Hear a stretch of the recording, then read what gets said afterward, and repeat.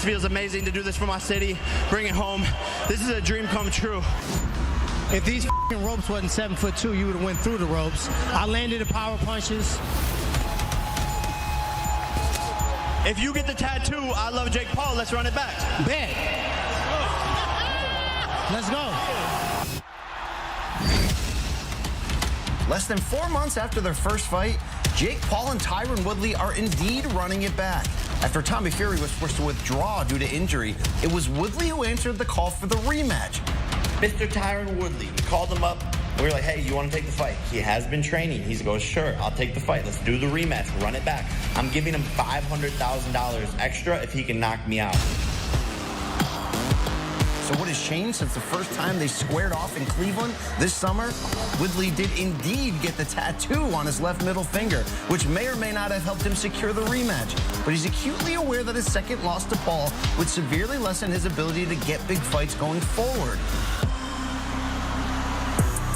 One thing Woodley can carry is the supreme confidence going into this one, knowing he had Paul on the ropes in round 4 of the first fight and possibly could have finished him with a little bit more aggression. Now for Paul, the former Disney star and YouTuber, beating a former UFC champion like Woodley was a major feather in his cap, having only trained in boxing for 3 years. And love him or hate him, Jake Paul is one of the biggest draws in the sport already. But this time around, he'll come in as a heavy favorite. And what comes with that are higher expectations. If the problem child can get by Woodley once again, he'll have no shortage of high-profile options in the near future.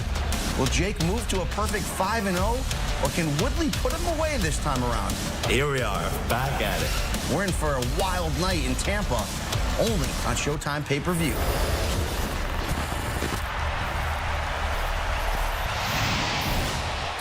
And to get us ready for Paul versus Woodley 2, we welcome in the award-winning tandem from Morning Combat, Luke Thomas and Brian Campbell. Guys, great to be with you.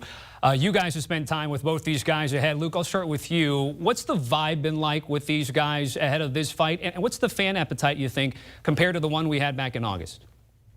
So I'll start with the second part first. I would actually say that the Fury fight, I don't know really what it did for building upon the first fight between Woodley and Paul. What I mean to say is, was that fight going to be bigger, even as big? I don't think it was going to be. I think it was something of a downgrade in terms of just overall popular appeal. Woodley somewhat resurrects that, because even though there might have been some controversy about the first one, that's always good for a second time. And then also the fact he's just a little bit better of a salesman. So I actually think there might be a little bit of an increased buzz more recently with the opponent change.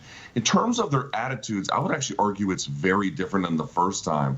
We sat down with both in Cleveland. We sat down with both this week. Jake Paul a little bit more like excited for the fight, kind of chomping at the bit to get there, maybe a little bit over actually some of the promotional side. And for Tyron Woodley, he thought he wasn't going to be here, so he ended up here, and he's got almost a happy-go-lucky attitude. Both of these guys, though, seem a little bit over the overall promotion and are very ready to maybe write a new chapter in their saga inside the ring on Saturday.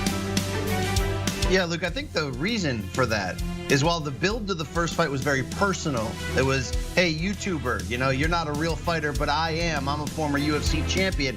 The rematch has been more inward, meaning they only have to look as far as the mirror in front of them to realize for each of them, Tyron Woodley, Jake Paul, their biggest challenge in this rematch is outdoing the performance that each put out the first time around, in which both participants, and to be fair, the critics watching from home felt both had openings to win this fight more demonstratively, if not finish it, and both left a little bit on the table. So I think it's maybe the same or even more from an intensity standpoint, the build for this rematch, but certainly not personal. It's more like both fighters realize there's a lane, there's a direction they feel their career is heading in terms of opportunities, but they got to get by this challenge. And they certainly have to get by in a much more clear and concise manner than the split decision we saw in August. All right, Tyron Woodley will be a 2-1 underdog, according to our friends at Caesars Sportsbook. And there's BC, this matchup that we have in a women's boxing match with Serrano and Gutierrez, and really maybe down the road, Katie Taylor here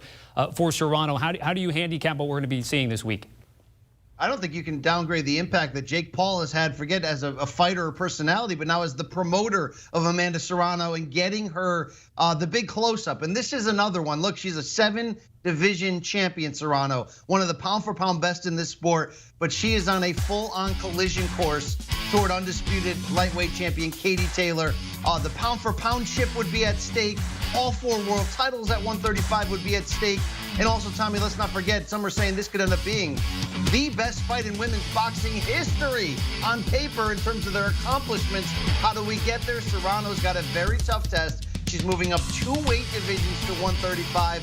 Is this a tryout for Katie Taylor by taking on former title holder Miriam Gutierrez, who lost her belts to Taylor? It could be in that regard, but Serrano's focused on the task at hand for the idea that she wins this. It's time to go. Madison Square Garden, Katie Taylor, all 4 belts. Let's do this. Yeah, you hate to dismiss an opponent. You never want to look past one. Amanda Serrano seems like she's not, even though she recognizes that all roads kind of lead to Katie Taylor. And if you look at Miriam Gutierrez's record, her only loss is to Katie Taylor. But the problem is not so much with that, and there's no shame in losing to a boxer that great. It's the rest of it, right? Like, this is her first fight out of Europe. She's only had 1 fight out of Spain, which by itself is not necessarily the end of the world, but it maybe indicates that she hasn't quite been around some of the more international class opportunities in terms of opponents that maybe certainly someone like Amanda Serrano has. So I think what this is going to be about is, yes, let's go back to 135. Let's get a tough test. This is someone who is certainly not a pushover, but there's really nothing on the tape that I can see at the moment that would give me any kind of indication that Serrano might face some kind of tricky fight, uphill situation. I expect her to shine, and we'll see, hopefully, a Katie Taylor fight in 2022. Guys, we're running out of time, but a very quick thought. Frank Gore and Deron Williams, what have you guys heard, BC? There's going to be action in this one, I think. Both were fantastic athletes in their own lane. It's NFL versus NBA, 2 prime athletes who have done a little bit of fighting on the side to stay in shape. Well, now they're going to fight for real. If I could take away anything from the open workouts, Frank Gore is all business. He is here to deliver the boom. Let's see if the 6'3" Deron Williams can stay away from the big chop. I'll echo that very quickly. Certainly, Deron Williams looks like he's ready and excited for the opportunity, but Frank Gore has a mean intensity. What that will mean for Saturday, I guess we'll find out, but it definitely stood out at the open workouts, let me tell you. It'll all go down on Showtime pay-per-view at Amalie Arena, final pay-per-view of the calendar year. Luke Thomas and Brian Campbell, guys, certainly appreciate it again. Congratulations on the award out in Las Vegas last week. It is the Morning Combat podcast and YouTube page. Make sure you download and follow the guys if you haven't already. Again, talking Jake Paul, Tyron Woodley 2, UFC Fight Night, and Quick Hitters.